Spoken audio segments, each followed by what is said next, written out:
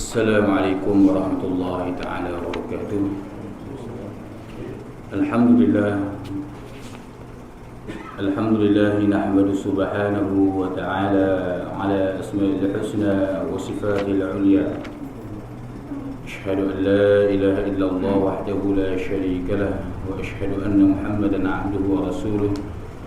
ففهمناها سليمان كلما آتينا حكما وعلما وسخرنا مع دول الجبال يسبحن وكنا فاعلين يا حي يا قيوم يا رب موسى وهارون يا رب إبراهيم يا رب محمد صلى الله عليه أجمعين اللهم ارزقنا فهما وحكمة والعقل وحظ برحمتك يا أرحم الراحمين اللهم افتح علينا فتوح العارفين ارزقنا فهم النبيين والعلماء العاملين حز المرسلين وإمام المتقين برحمتك يا أرحم الراحمين.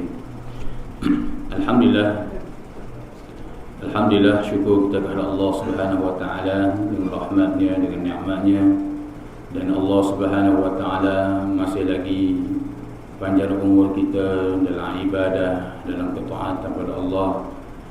Ini adalah suatu fadlullah, ini adalah suatu kurniaan daripada Allah Subhanahu wa taala. Alhamdulillah bi ni'matihi tatimmu shalihat. Kita bersyukur kepada Allah Subhanahu wa taala. Jadi pada pagi ini kita sambung lagi kitab kita ini, qala al-muallif rahimahullahu taala wa nafa'ana bi 'ulumihi wa 'ulumina fid darain ya rabbal alamin. Kedua itu pada muka surat 179, iaitu pada kitab Al-Qabani, iaitu pada muka surat 179 pada kata kedua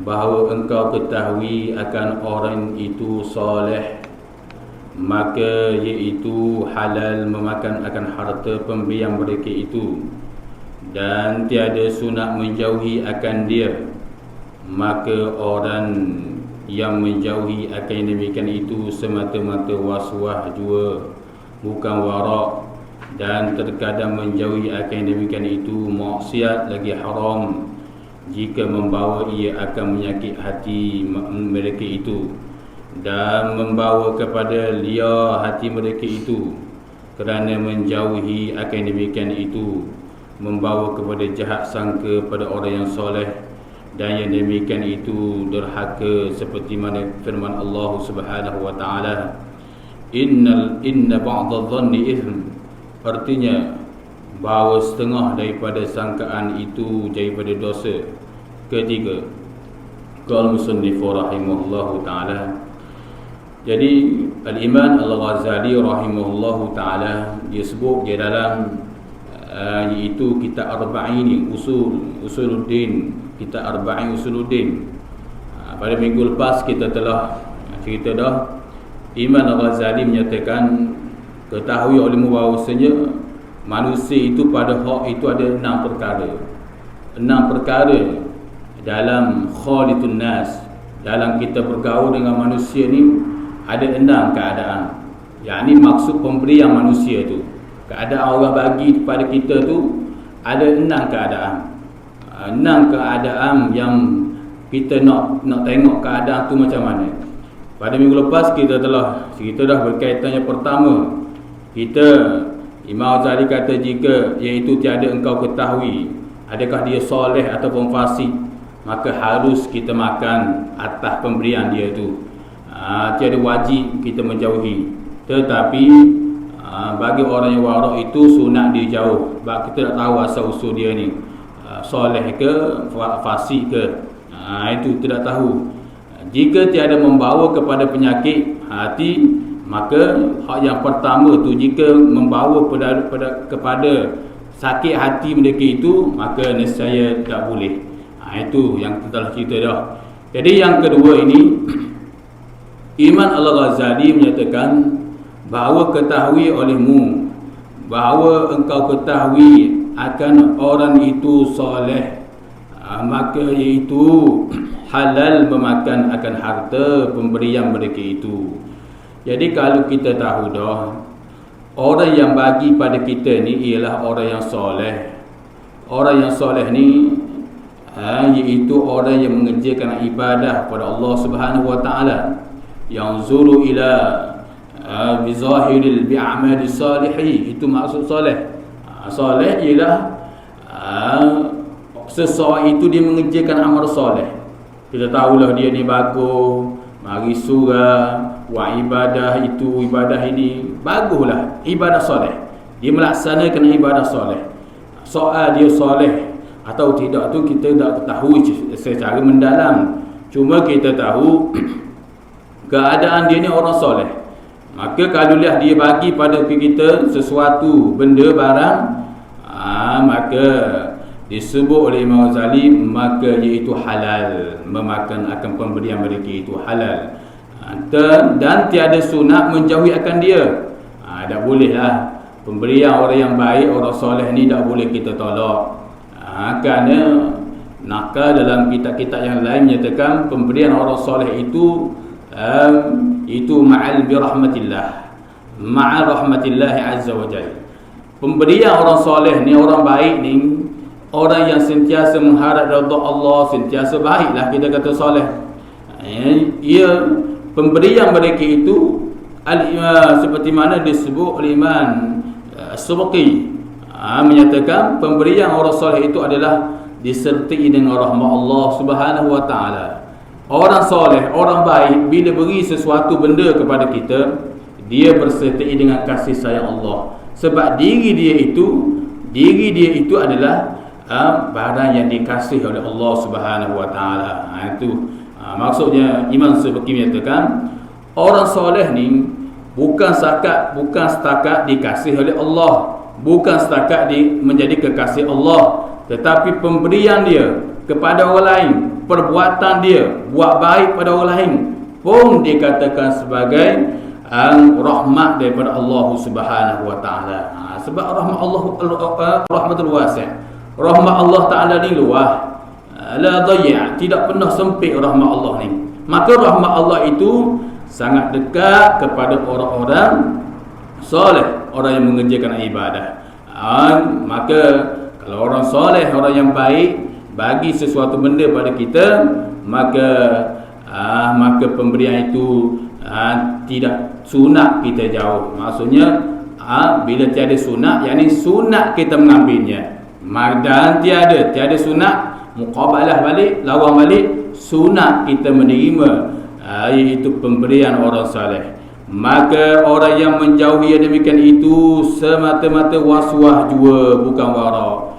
Jadi pemberian orang soleh ni jelas dah orang baik beri sesuatu benda pada kita. Maka kalau dia dia menjauhi, dia tak mau menerima pemberian orang soleh, orang baik itu, kerana ragu, itu hanya waswah saja. Itu kerana sifat waswah saja, bukan iaitu bukan warak. Warak ni ialah dia tahu al-halalul bayyin wal haramul bayyin. Maka pemberian orang soleh itu ia warak saja. Itu hanya waswah saja kalau seseorang itu mengerjakan iaitu pemberian orang soleh. Sebab Allah soleh ni diri dia ibadah, maka tiap-tiap barang ibadah ini sentiasa diganggu oleh syaitan. Kalau pekerjaan lain tak ada orang nak waswah. Orang nak makan, waswah dak ni, makan. Misal kata dia beli barang tu jelas dah. Tu ataupun perkara yang berkaitan selain ibadah. Kalau berkaitan saja dengan ibadah, iaitu aja syaitan ila ahadikum. Syaitan mari selalu. Bila perkara yang berkaitan dengan ibadah, syaitan akan mari selalu. Pemberian orang soleh ini adalah ibadah. Maka barang ibadah ini syaitan buat waswah lalu. Waswah syaitan tu betul kedok begini waswah. Maka jangan. Tu kalau kita zahir dah. Maknanya orang itu orang yang baik, orang soleh. Itu di antaranya. Jadi kalau kita jauh juga, Imam Ghazali kata itu bukan warak, tapi itu adalah waswah. Dan terkadang menjauhi demikian itu maksiat lagi haram. Jadi kadang-kadang pemberian orang soleh ni, orang baik pada kita ni, kita menjauhi, kita tak mau terima pemberian dia ni, maka kadang-kadang jatuh pada maksiat lagi haram, lagi berdosa pula. Tak boleh. Sebab hak tadilah pemberian orang soleh ini adalah rahmat Allah, kasih sayang Allah Subhanahu wa taala. Itu di antaranya pemberian orang soleh itu. Pemberian orang soleh tu, orang baik tu dibagi pada kita ada dah barang tu. Maka bil hilm tad'u bil ilm, maka tolak cara baik, tolak cara lembut. Saya minta maaf, saya ada dah barang ini, boleh bagi orang lain. Tolak cara baik. Ataupun satu lagi, iaitu kita terima, kita bagi pada orang lain. Tu. Atau yang ketiga, kita terima barang dia tu, kita sedekah balik pada dia supaya dia bagi orang lain. Jadi 2 kali pahala situ. Itu di antaranya. Mana pemberian orang baik ni, barang kita ada dah dia bagi tu. Dia bagi bolpen, misalnya bolpen. Dia bagi pen kepada kita, bolpen ni. Kita kata saya ada dah bolpen ni, banyak dah saya beli ni.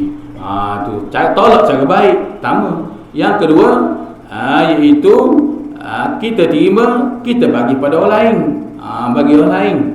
Kalau kita tak yang kedua, ambil yang ketiga, terima dan kita bagi balik pada dia. Maknanya kita terima, lalu kita hadiah balik, sedekah balik pada dia. 2 pahala situ. Tu maknanya pemberian orang soleh itu asasnya adalah ibadah. Sebab pemberian orang baik ini adalah rahmat daripada Allah Subhanahu wa taala. Kerana nak menjaga hati ni, kerana berkawan dengan orang-orang yang baik, orang soleh itu rahmat daripada Allah, rahmat daripada Allah. Jadi salah satu nak mengeratkan silaturahim di antara orang dengan orang yang soleh, orang yang baik ini, kita menerima pemberian dia itu. Bahkan dalam kitab lain seperti mana disebut oleh Imam Fakhruddin Ibn Asakir menyatakan pemberian orang soleh itu kita terima dan kita katakanlah jazakallahu khairul jaza. Itu suatu doa yang diajar oleh Rasulullah SAW dalam hadis Al-Iman. Bahkan Imam An-Nawawi dalam kitab Nawawi, kitab Riyadhus Salihin pun ada sebut. Imam Subki dalam Safaqah Safiyahnya pun ada sebut. Imam Sunan An-Nasa'i dalam perbahasan dia pun ada sebut. Imam Abu Daud dalam Sunan Abu Daud pun ada perbahasan dia. Itu maknanya suatu pemberian orang tu kita doakan balik pada dia, jazakallahu khairul jaza. Tu mudah-mudahan Allah Subhanahu wa taala membalas akan segala kebaikan kamu tu. Itu boleh. Sebab nakal banyak dalam kitab para ulama. Kerana di pemberian orang soleh itu adalah suatu ibadah, suatu rahmat daripada Allah Subhanahu wa taala. Jika membawa ia kepada menyakit hati mereka itu, jadi orang soleh bagi pada kita, kita tak mau terima, kita tak mau cara, maka kadang-kadang jatuh maksiat lagi haram. Jika membawa ia akan menyakitkan hati manusia mereka itu, atau membawa kepada liar hati mereka itu, kerana menjauhi air demikian itu membawa kepada jahat sangka kepada orang yang soleh. Jadi orang baik ni, orang soleh bagi sesuatu barang pada kita,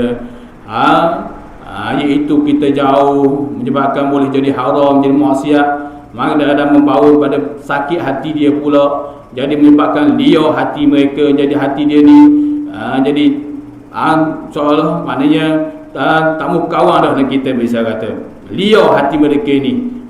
Jadi menyebabkan hati dia ni asal jadi baik dengan kita, jadi liar, jadi orang panggil jauh dengan kita.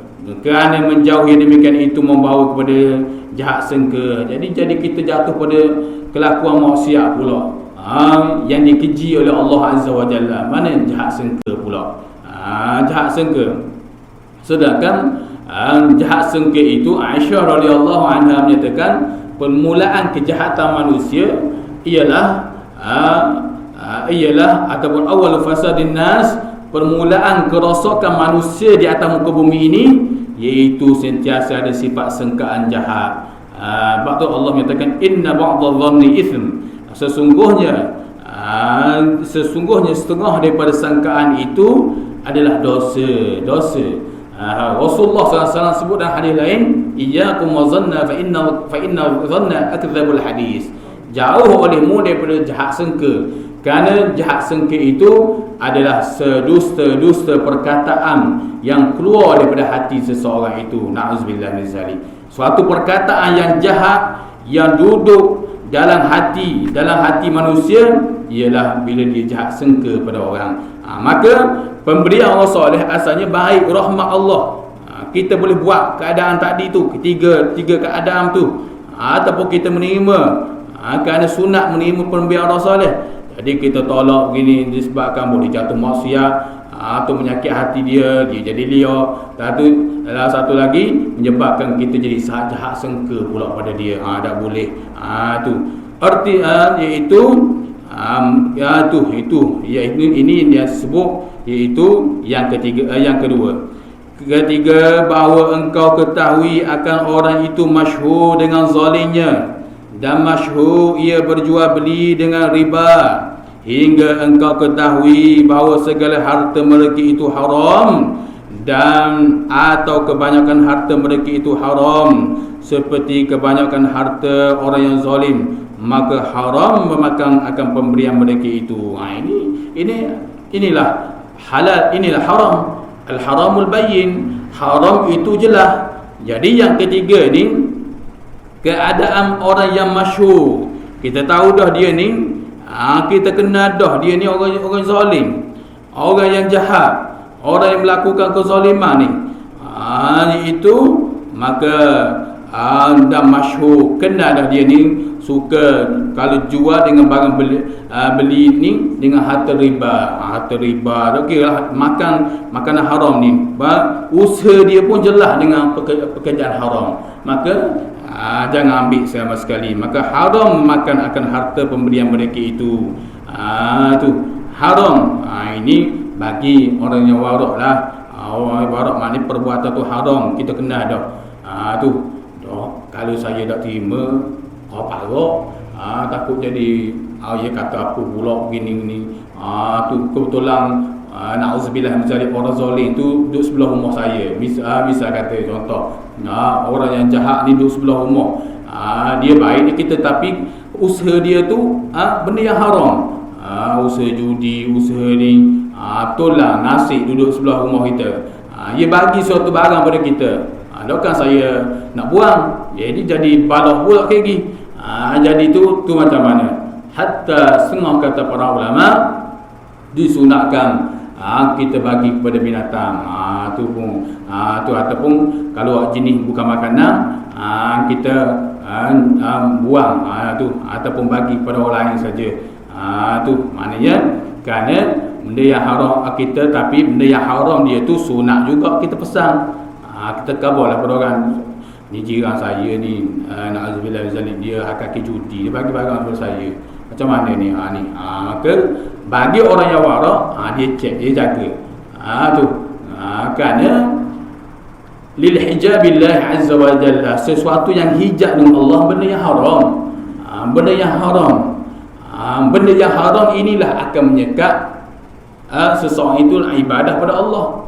Sebab yang menjadi aqabah dalam perjalanan ibadah kita pada Allah, kalau atas jalan raya yang menyekat perjalanan kereta kita, motor kita untuk jalan laju adalah bonggok-bonggok di atas jalan. Bonggok tu, hak tu yang orang panggil aqabah litariqil al-hayat. Maknanya perkara perjalanan hidup kita untuk jalan di atas dunia, atas jalan raya, bonggok di atas jalan tu. Maka begitu juga perkara yang menjadi ancaman kepada kita dalam ibadah pada Allah, jadi lemah doa ibadah, malah buat ibadah. Dua perkara mana?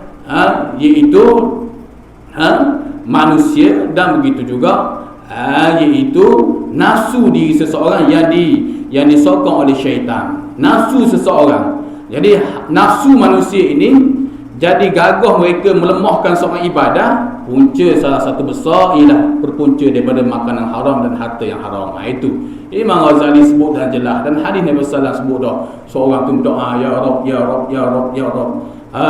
Tapi Rasulullah kata makanan yang haram, minuman haram, usaha dia haram alal hijab, tidak ada hijab. Maknanya terhijab dengan Allah Azza wa Jalla. Jadi usaha dalam kita mengerjakan ibadah pada Allah, nafsu syaitan, nafsu kita yang dikuat oleh syaitan. Jadi subuhnya nafsu jahat itu dengan makanan-makanan yang haram. Yang kedua ialah orang-orang manusia, yang orang manusia itu yang menyekat kita ibadah pada Allah. Manusia itu yang menyekat kita daripada nak meninggikan syiar-syiar agama Allah. Manusia itu yang nak menghalang kita untuk beramal dengan ibadah, rajin ibadah manusia.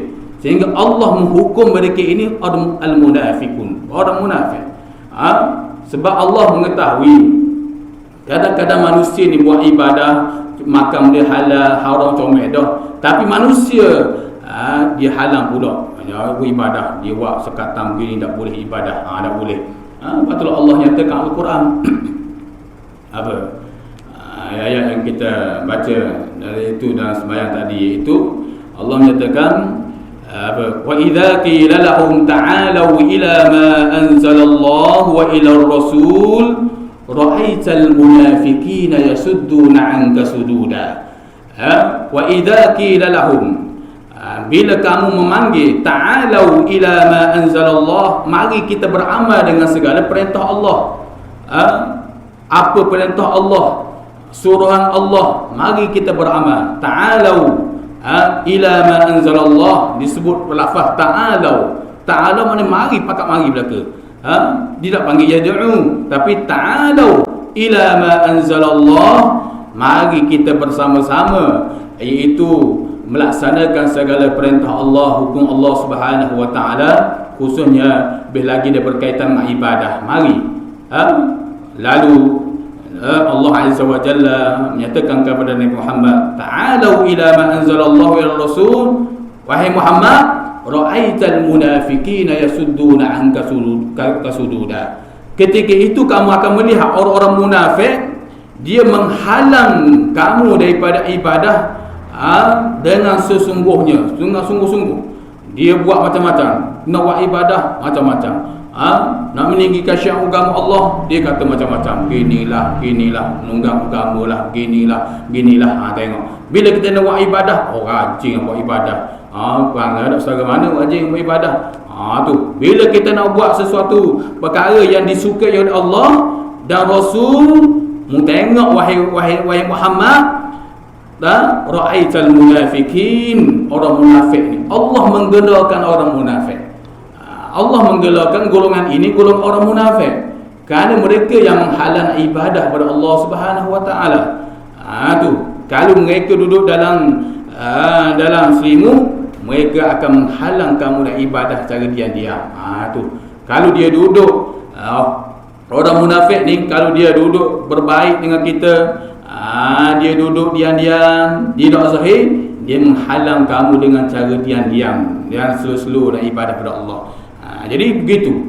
Perkara yang menghalang aqabah dalam kita mengerjakan ibadah kepada Allah sebagai bonggok-bonggok seperti mana bonggok di jalan, maka bonggok dan mengerjakan ibadah hawa nafsu. Hawa nafsu yang disokong oleh syaitan. Dan sebab apa syaitan dapat menguasai dan hawa nafsu dan nafsu jadi subur? Salah satunya makanan. Berkaitan dengan makanan, bakar pedas saja, haram, je. Yang penting sedap. Barang sedap ni tak kira halal ke haram, bakar pedas. Maka seorang itu akan ganggu ibadah dia. Nak mengerjakan ibadah, puasa malah. Ataupun dia kerja, menyebabkan dia kerja ni rasa tak rasa kemanisan ibadah. Rasa ibadah ni macam terpaksa. Tak ada. Orang panggil rasa redha dengan ibadah yang disuruh oleh Allah SWT. Jadi hawa nafsu dan satu lagi manusia. Manusia itu adalah orang munafik yang sentiasa menghalang seseorang itu nak mengerjakan ibadah dan yang nak beramal di Islam secara syumur. Itu yang disebut oleh Allah Azza wa Jalla. Qal musannifu rahimahullah ta'ala. Jadi yang tiga ni jelas haram. Perkara yang haram jelas ni, maka kita disuruh tinggal. Itu lebih afdal kerana dia kesan pada makanan kita tu.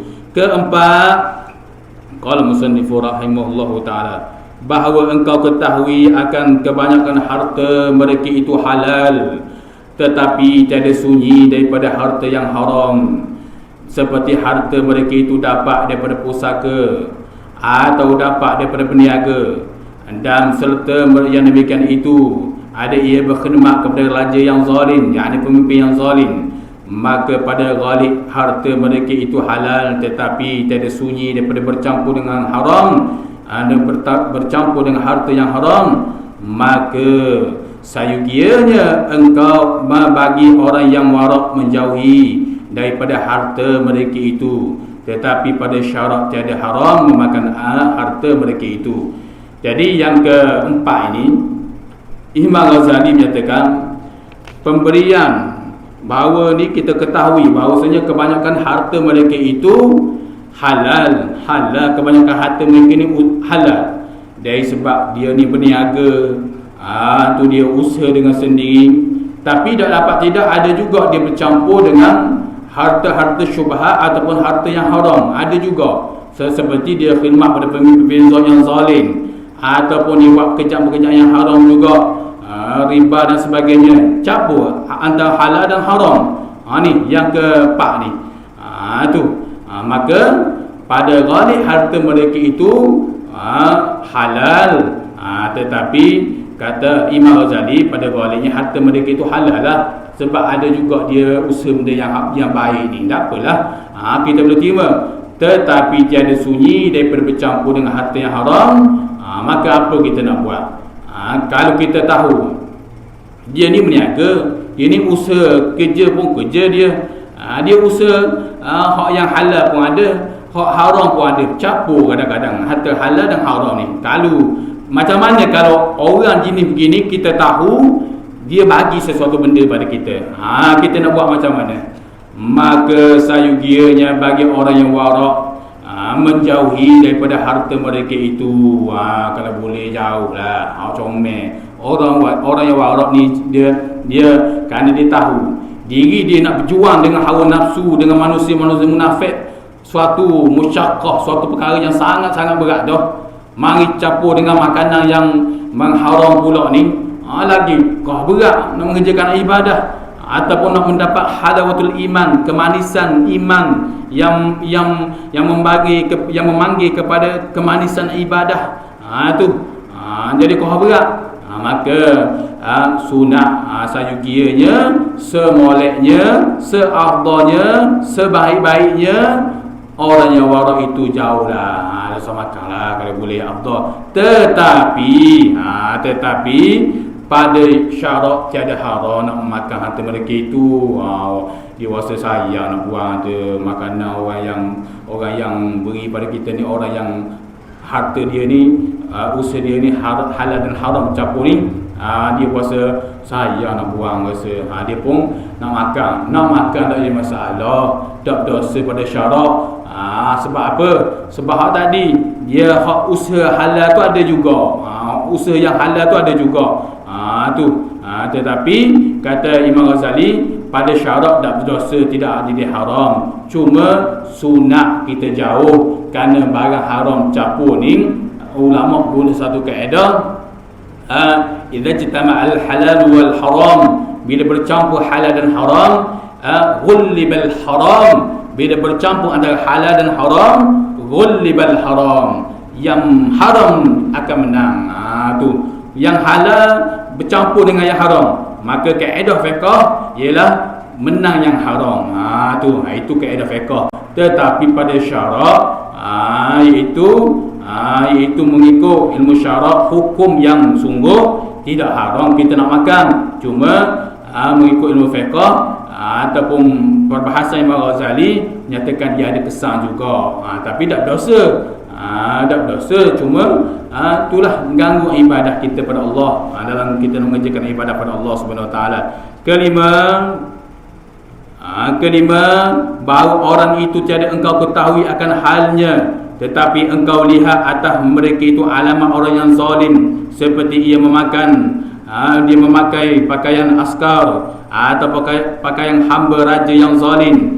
Maka alamat ini menunjukkan akan harta mereka, menunjukkan akan harta orang itu haram. maka wajib menjauhi akan dia akan harta, dan jangan engkau makan akan harta mereka itu melainkan jika sudah engkau periksa akan dia.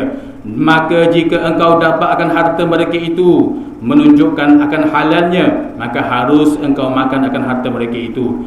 Jadi yang kelima pula ni, keadaan yang kelima ni, bahawa orang itu tiada engkau ketahui akan halnya, akan keadaannya, tetapi engkau lihat atas mereka itu alamat orang yang zalim, seperti memakai pakaian askar. Maksudnya askar ni askar yang khidmat pada pemimpin yang zalim.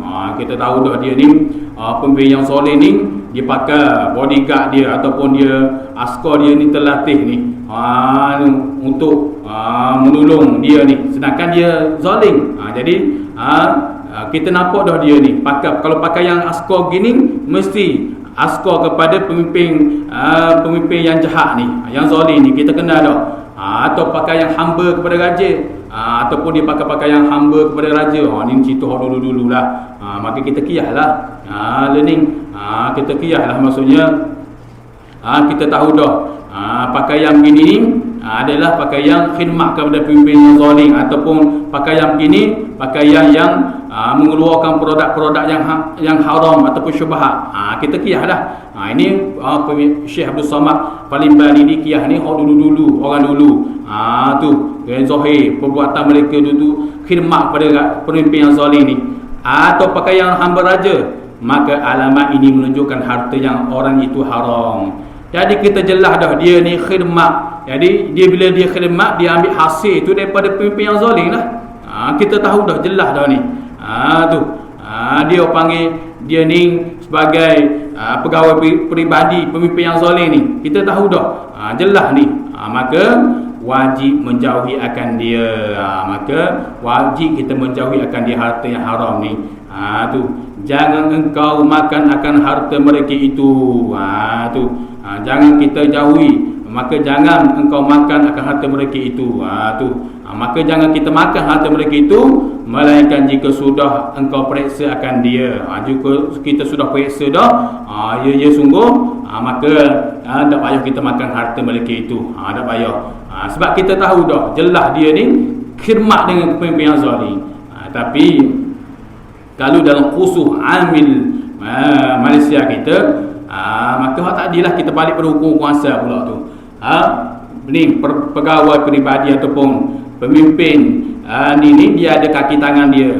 Yang mana kaki tangan ni yang khidmat di bawah dia ni memberi suatu benda, barang kepada kita, sumbangan pada kita.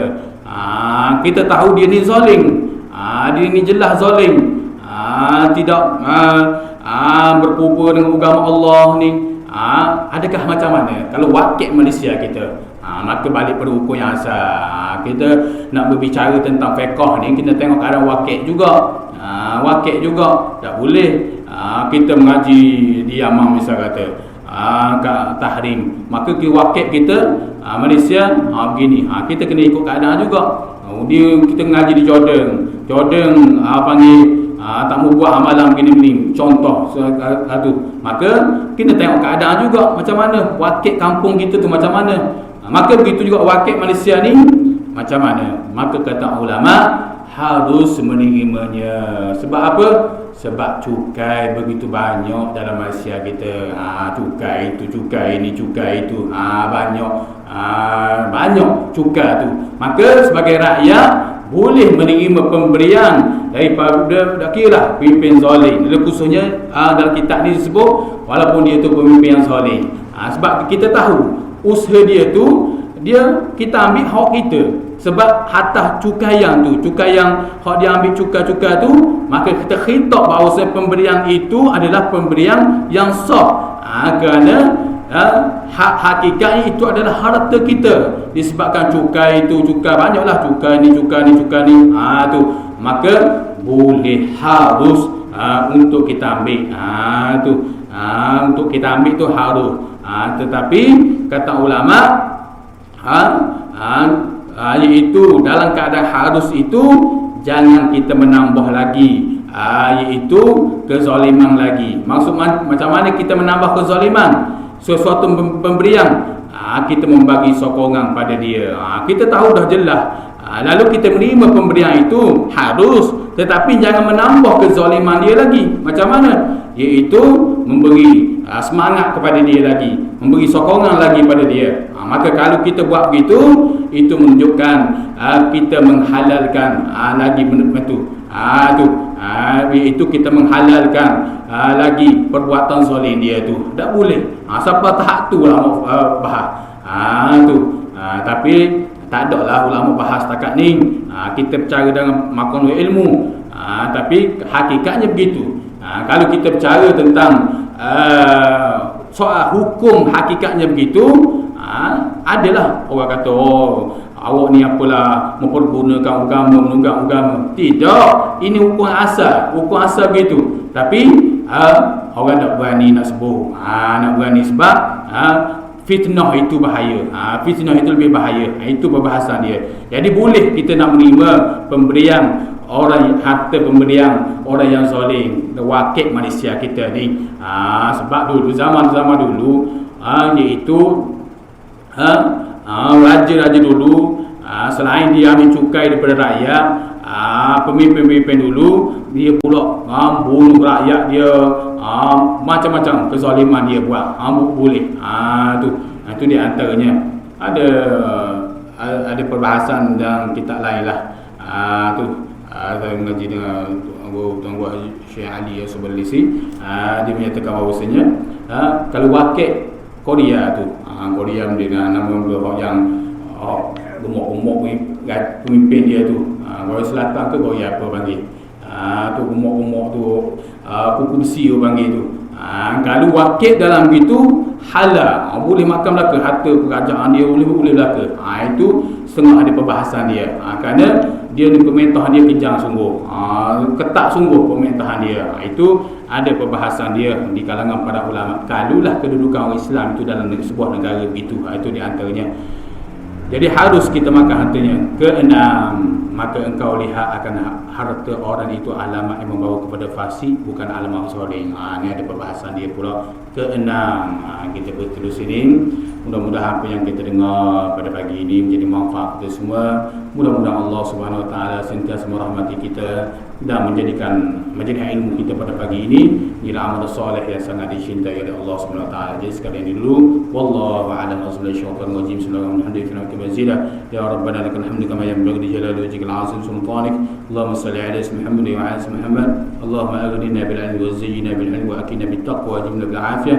Rabbana atina fid dunya hasanah wa fil akhirati hasanah wa qina adhaban nar. Sallallahu ala Muhammad wa ala alihi wa sahbihi wasallam. Walhamdulillahirabbil alamin. Assalamualaikum warahmatullahi taala wabarakatuh.